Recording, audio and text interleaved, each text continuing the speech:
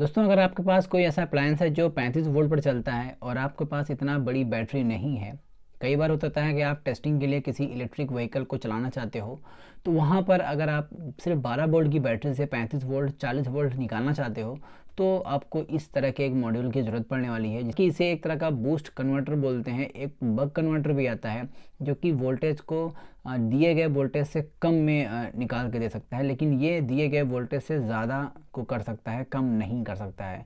तो अगर हम लोग इसे 12 वोल्ट देते हैं, 14 वोल्ट देते हैं, तो 14 वोल्ट से ये कम नहीं कर सकता, 14 वोल्ट से थोड़ा सा ज़्यादा बढ़ा करके शुरू करेगा और 35-40 वोल्ट तक चला जाएगा। खैर 35 वोल्ट से ऊपर नहीं जा सकता, क्योंकि यहाँ पर जो है कैपेसिटर है वो 35 वोल्ट का ही है, इस वजह से ये और ज़्यादा वोल्टेज नहीं दे सकता। हाँ, अगर आप इसका जो कैपेसिटर है वो चेंज कर दो तो वोल्टेज स्लाइटली 40 तक जा सकता है। अब यहाँ पर अगर देखें तो ये दो अलग अलग हीट सिंक लगे होते हैं, जिसमें से एक हीट सिंक हमारा काफ़ी ज़्यादा गर्म होता है। अगर आप इसे ठंडा कर ले जाओ तो इसकी एफिशिएंसी काफ़ी बढ़ जाती है। जाहिर सी बात है, अगर आप कम वोल्ट से ज़्यादा वोल्ट की तरफ जा रहे हो तो आपका जो एम्पियर है वो बहुत ज़्यादा कंज्यूम होगा और उस कंडीशन में ये बहुत हीट होने वाला है। तो अब इसे देख लेते हैं कि यूज़ कैसे करते हैं। तो सामने यहाँ पर आपको कुछ आउटपुट और इनपुट के कनेक्शन मिल जाएंगे, जिसमें पीछे की ओर यहाँ पर लिखा भी हुआ है कि आउटपुट प्लस माइनस और इनपुट माइनस प्लस। तो इस तरीके से आप यहाँ पर कनेक्शन कर सकते हैं। और इसके वोल्टेज को कम ज़्यादा करने के लिए इसके पोटेंशियोमीटर को आपको किसी स्क्रू ड्राइवर से घुमाना होगा, क्योंकि आप इसे रोज़ रोज़ नहीं घुमाने वाले हो, इसलिए इसमें स्क्रू ड्राइवर का ऑप्शन दिया गया है। तो किसी इस तरह के स्क्रू ड्राइवर का यूज़ करके आप इसे घुमा सकते हो। अब आइए इसे कनेक्शन को देख लेते हैं कि ये कनेक्शन कैसे होगा।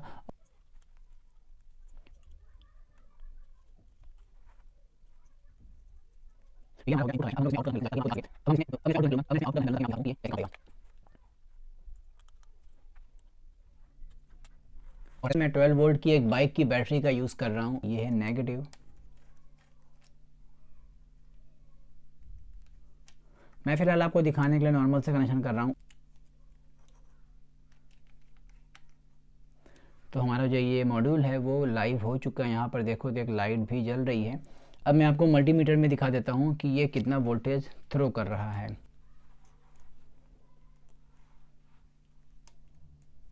और कनेक्शंस को भी मैंने कर लिया है। तो अभी ये जो सेट है वो 33.5 वोल्ट पर सेट है।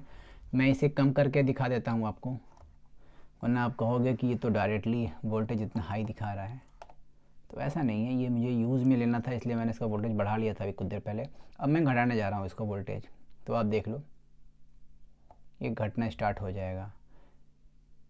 अब मैं जितना तेज़ी से इसे घटाऊंगा उतना तेज़ी से इसका वोल्टेज भी घटेगा। अब देख लेते हैं कि मिनिमम ये कितना वोल्टेज तक जा सकता है। 12 वोल्ट की मैंने बैटरी लगाया हुआ है, 12.2 या 12.4 होगा अभी इसमें चार्ज। हम देख लेते हैं ये कितना जाता है। तो 11.8 तक 11.06 तक जा चुका है। मैं एक बार बैटरी का वोल्टेज भी चेक कर लेता हूँ कि आखिर अभी वोल्टेज कितना है। अभी बैटरी का जो वोल्टेज है वो 11.28 है, वो आप वहाँ पर देख सकते हो। तो हाँ, जितना वोल्टेज है उससे ऊपर हम लोग कर सकते हैं। मैं वापस से इसके एलिगेटर क्लिप को यहाँ पर कनेक्ट कर ले रहा हूँ और फिर से हम लोग स्टार्ट करते हैं इसके पोटेंशियोमीटर से इसके वोल्टेज को बढ़ाना।